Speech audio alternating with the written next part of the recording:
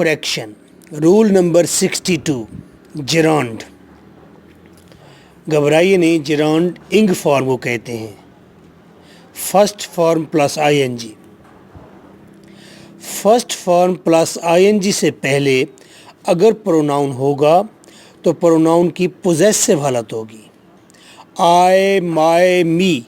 बताइए पोजेसिव कौन सी है? माई.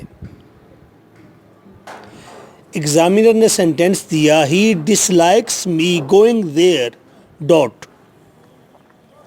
जेराउंड आया गोइंग. उससे पहले प्रोनाउन है यस. कौन सा? मी. मी कौन सा केस है? Objective.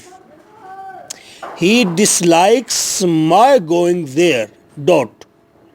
Correct sentence. Now I am giving you a sentence, please correct it.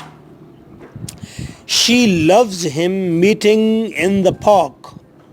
Dot. She loves him meeting in the park. Dot.